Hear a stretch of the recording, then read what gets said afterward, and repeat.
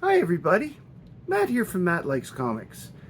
Before we get started today, I just want to say a big thank you to everybody who supports the channel. It's growing a lot faster than I expected, and I really appreciate that very much. So thank you very much, everybody. More people are watching it than ever. We're getting up there in subscribers, and it's really appreciated.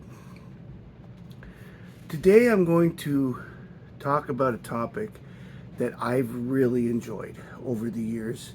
As most of you who have seen me before may note, that is, I'm a big fan of the Legion of Superheroes.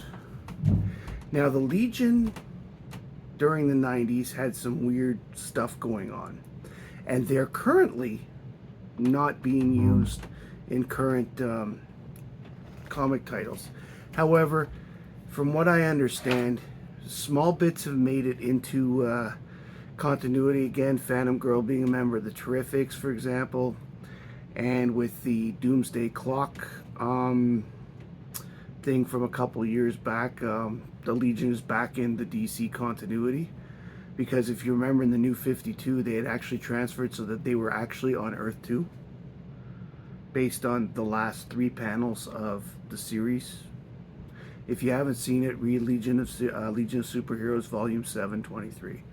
Trust me, you'll get what I'm saying. Now, the return of the Legion of Superheroes that I'm going to talk about now has a little bit of background.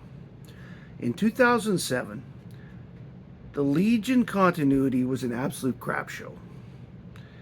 Just trying to sort through it took a lot of... it was almost as hard as the Marvel Legacy numbering, trying to figure that out. So you had the original team, you had what was called the SW batch, and then the 2004 reboot team. That's the one, by the way, that Supergirl was in the 1001 Years Later thing. DC finally decided that they actually had to do something if they wanted to continue using this property, because that last series with the 2004 just about killed the brand. So they decided that it was time to bring it back in pieces and fix the continuity. So let's have a quick recap of what we had before. We had the original 1958 team, which is the same team that continues right through till 1994. This is the original team, the Lightning Lad team. I'm using Lightning Lad as an example of a character because some of the names change in some of them. Okay? Then you had the 1994 team, where the names were changed, and this lasted 10 years. And in this case, Lightning Lad was known as Livewire. And things were a little different. They had 2 series going on then, back to back, similar to the Superman Triangle years then, where they had the Legion and the Legionnaires series. Then you had the 2004 team, known as 3-Boot, to get where the traditional names return, but the characters still look different and they're not always the same. For example, you had Dream Girl with Starboy forever. And in this series, Dream Girl likes Brainiac 5. Mm-hmm. And it's key because if you'll recall, I did a short not long ago about Dream Girl not being able to see past a few minutes because she dies. That's from this 3-Boot era. And the 3-Boot era is where, as I said, Kara joins the Supergirl as Supergirl in the Legion, and the title actually changes to Supergirl and the Legion of Superheroes for about 20 issues or so. I think it's 16 to 34, I think, or 33. It's around that, so yeah. So, therefore, it's 2007. We've come to this point where the stories need to change. This is known as the Retro Boot. And they finally fix the continuity and decide that the 1958 team is the team. This was done over 3 stories that were done starting 2007. And what this video is going to show today is the 3 stories that I'm referring to. None of them were in a Legion title per se.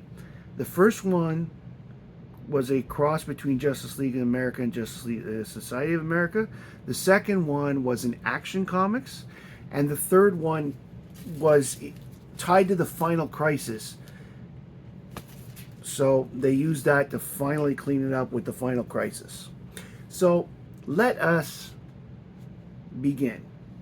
The first one is called the Lightning Saga, and it crosses Justice League of America 8 through 10 and Justice Society 5 and 6.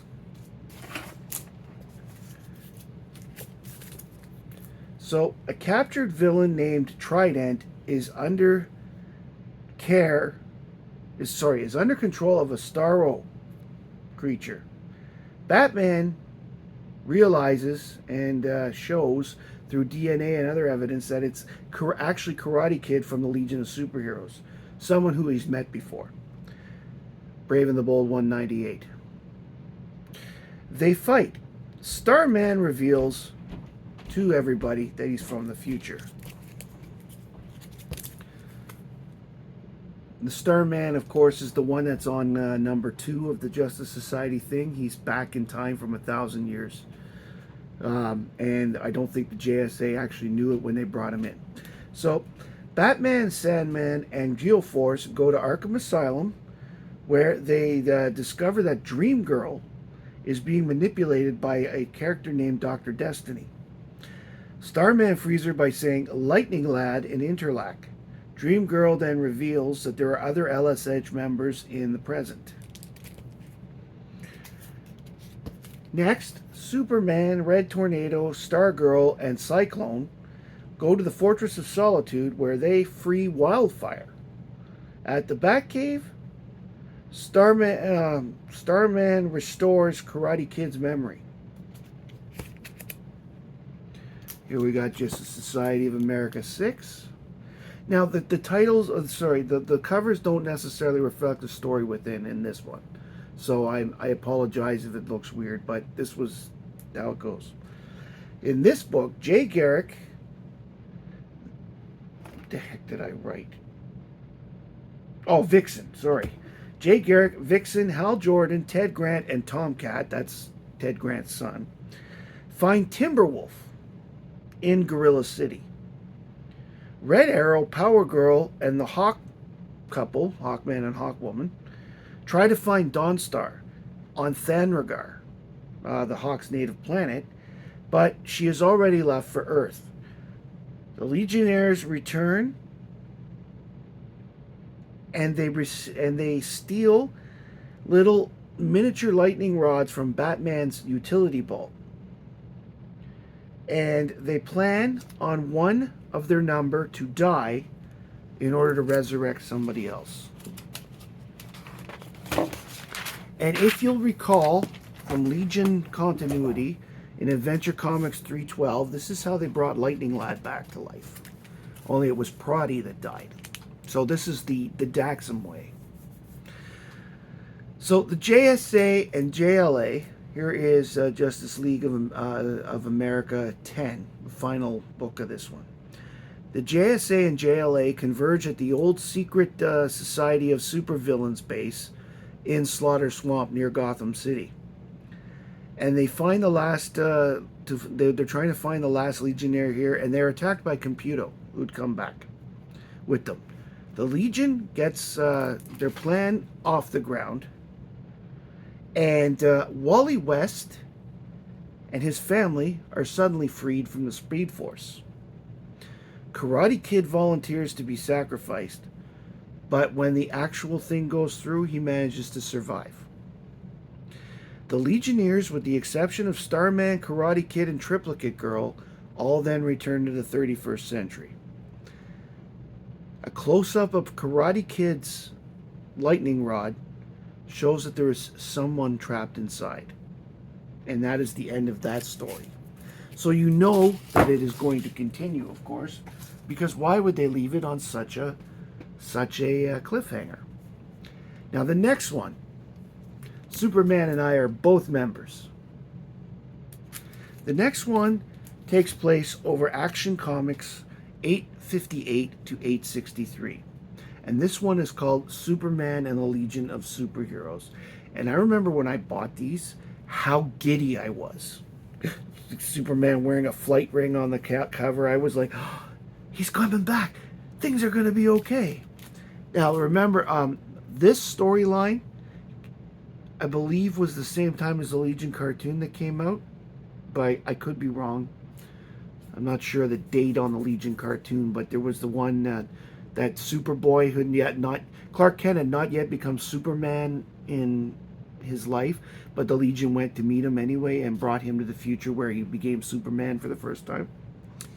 So, Action Comics 858 is the beginning of this. During a civil war on a unknown planet in 3008, the planet gets destroyed. A scientist and his wife send their baby to Earth as the planet is being destroyed. When the spaceship arrives in Smallville in front of a farm couple, the baby is shot to death. Not what we were expecting. In the present, Perry White is talking to Clark Kent when Clark has to excuse himself due to stuff he's heard through his super hearing with cries for help. There is a Brainiac robot attacking Metropolis, but as he gets into the fight, the faceplates open to reveal Brainiac 5. Here's Action Comics 859. Brainiac 5 tells Superman that the Legion needs his help. Once arriving in the 31st century, Superman discovers that here, the Legionnaires are outlaws. Dawnstar, Colossal Boy, and Wildfire give Superman a flight ring. In a fight that happens not long after that, Superman discovers that he's vulnerable. At this point, the Legion tells him at this time, the Earth's sun, Sol, has turned red. That's why they knew it happened, and that's why they gave him the flight ring. Dawnstar then tells a story of how Legion rejects, led by Earthman, who's the former absorbency boy who was rejected from the Legion back in the 70s. Convinced as the world that Superman is actually human and not from Krypton, and that the Krypton thing was a lie spread by aliens in order to be accepted on Earth. 860. This is Earthman, right here. This is the Justice League of Earth, they call themselves. The Legion of Superheroes is being hunted, and Earthman's group, calling themselves the Justice League of Earth, are the ones doing the hunting.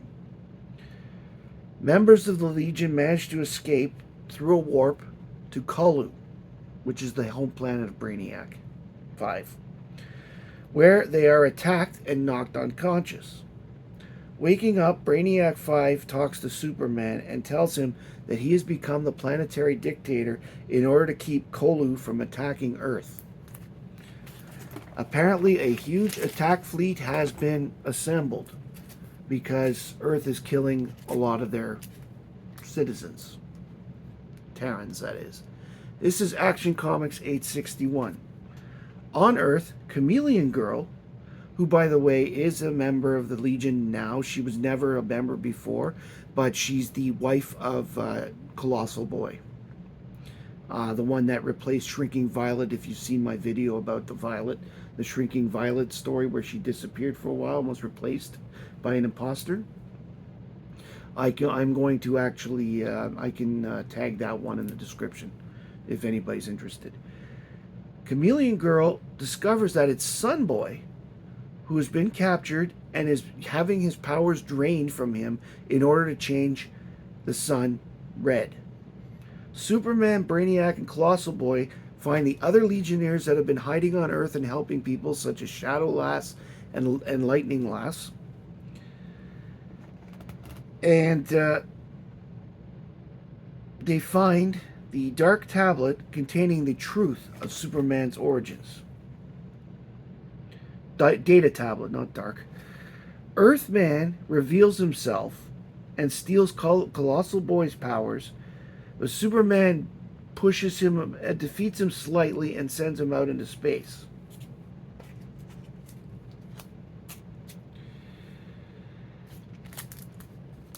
Action 862.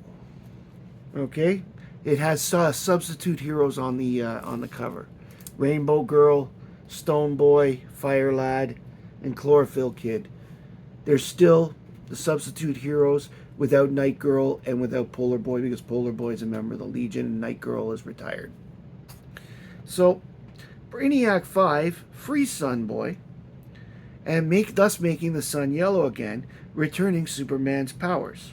Superman then subdues Earthman, and the Justice League of Earth are defeated. The Legion pledges to rebuild. In this one, we have a bit of an epilogue where the Legion decides to rebuild. This is 863. And Superman tells the Legion that they can always come to him for help, because they're friends from long back, and he always will feel happy. Superman then goes back to Smallville and looks at the tree that Lightning Lad had inscribed back in the day as a memorial to the day they met, and he's feeling very nostalgic. And the end of that. Mostly. Because we have a separate story here of Action Comics 864, which is called Batman and the Legion of Superheroes. And it's an epilogue to the story that just happened. Batman goes to the fortress to see where he sees Lightning Lad talking with Superman. Batman admits he distrusts the Legion, as he's met 3 versions over the years. And to give you examples, the first one was Brave and the Bold 177. Final Night 1-4 was the second, and Brave and the Bold Volume 3, Issues 2-6 was the 3-boot.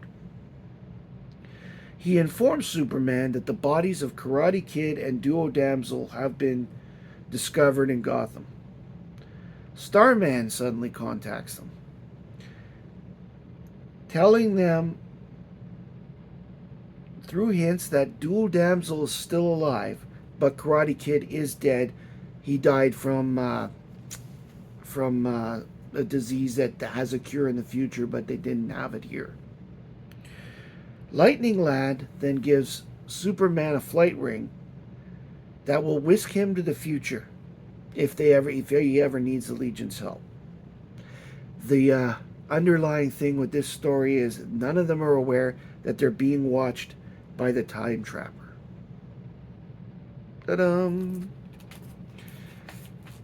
This one is probably my favorite of the 3, just for the simple fact that for me, it's a big nostalgia kick for myself. I mean, call it what you will, him being in the book just to sell books back then with Superboy and the Legion of Superheroes. I mean, Superman, Clark Kent was in 7 books at the time.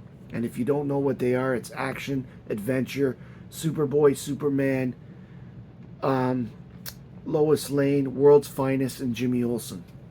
Okay? He was basically the star of all those 7 books. So he was pretty, in the 60s and 70s, there was a lot of books for him.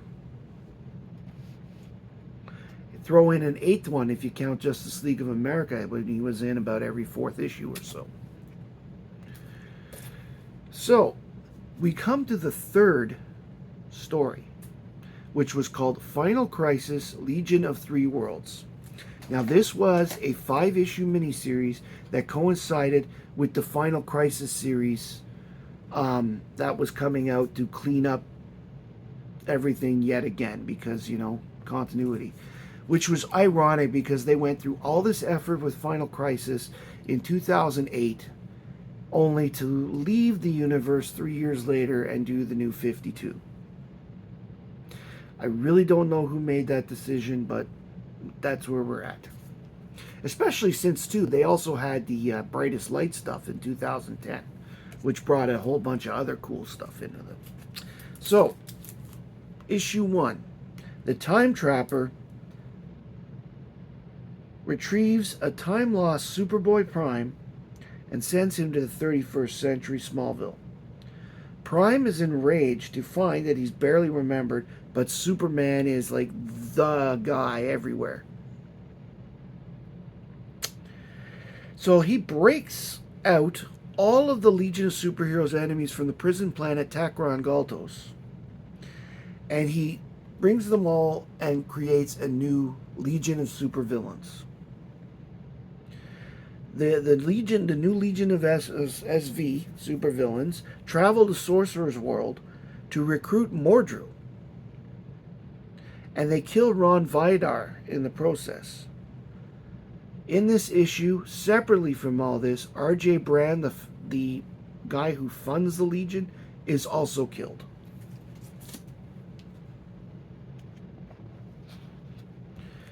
Here in issue 2, the Legion summons Superman after all the destruction at Takron Galtos.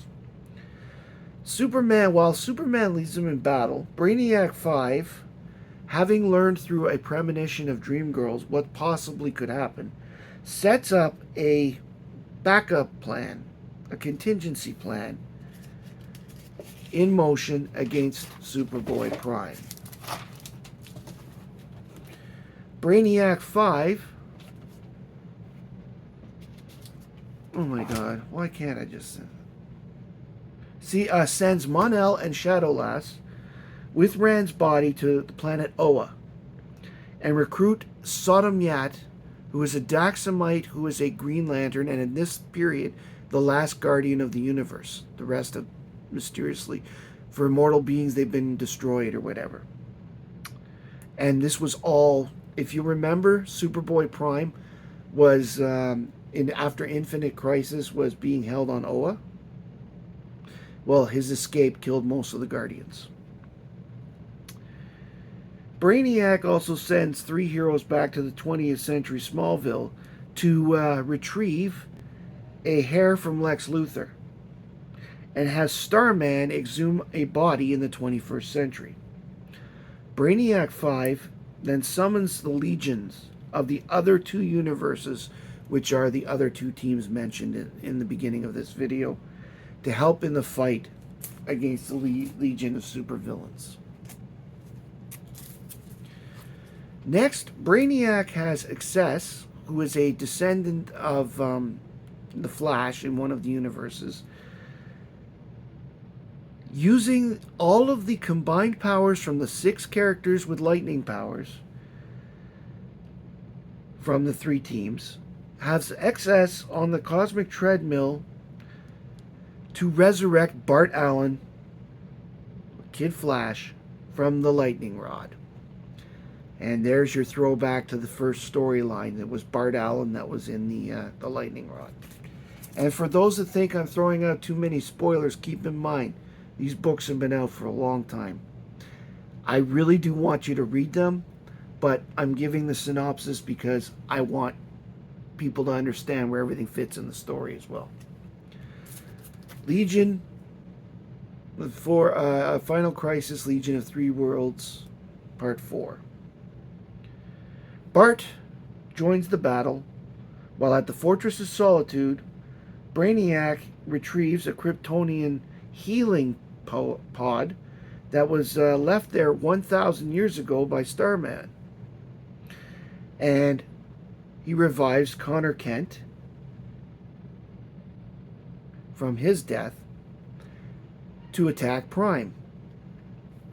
Meanwhile, Superman and the Founders have been forced to the end of time with the Time Trapper, who is now revealed to be an older Superboy Prime. He reveals that after being sent through the multiverse by the Guardians, he became an anomaly that can't be killed, and he is the sole survivor at the end of time. The Founders use a portal to bring the multiple legions here, and they manage to knock the Time Trapper out.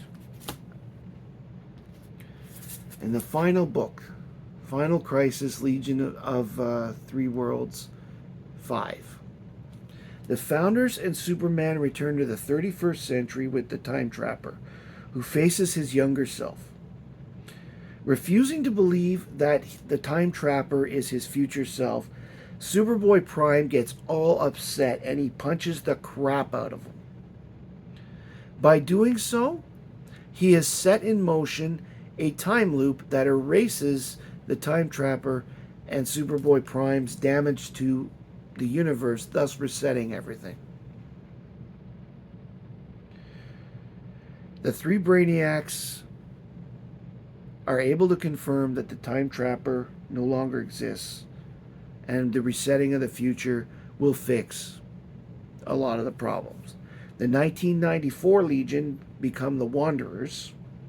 Excess and Gates end up joining the original 1958 Legion.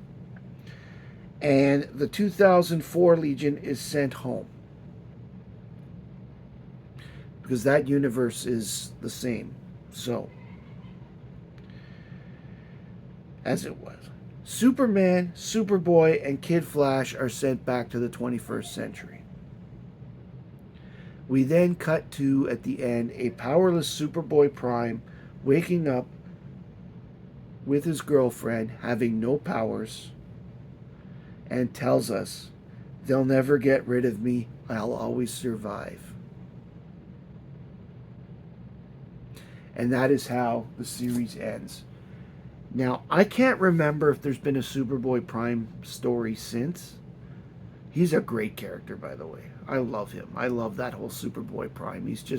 He is probably a big chunk of what Homelander is based off of, because they are very, very similar in nature. So anyway, that was, as far as I was concerned, the return of the Legion of Superheroes. As I said, they came back. They took over Adventure Comics for a while. They had their own series where Earthman ends up being brought into the Legion, but he ends up sacrificing his life at the end of that series. But it turns out that that Legion moves on, and in the New 52, the Legion is on the Earth 2 that was destroyed with Steppenwolf, because that's who they mentioned that Superman was killed by. And lo and behold, that was the Earth 2 series of New 52, but that's for a different time. Unfortunately, the only other time that DC has tried to revive the Legion was that very failed 2021 series that had Jonathan Kent in it, the son of Superman.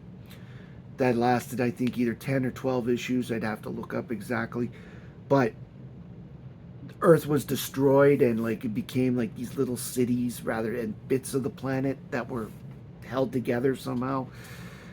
That series was not memorable, and that's why I unlike other Legion series, I only ever read those books once and left it to be. Anyway, if you liked what I had to say today, please like, subscribe, and comment below. Comment in particular if you've read these books and what you think of them. Comment if you'd like to read them. They're all easy to find, and they're all relatively cheap. We're talking the most expensive is Final Crisis 1 at $3.50. So it's not, and all of them have been collected as well. Each little series of the stories have been collected in a collection, and the epilogue story is in with the Action Comics as well. So like each one has a small trade paperback to do that as well. But those trades are out of print, so you may not be able to find them. Thank you very much for joining me today. I hope you enjoyed this video. I really enjoyed these books. These are, the Action Comics story was some of the first books I picked up in the back issue bin when I first got into comics again. And it's all because I saw that Superman with the Legion ring cover. And if that isn't going to knock my nostalgia feelies, nothing else would. Anyway, thank you very much again. My name is Matt. I like comics, and I hope you do too. Thank you.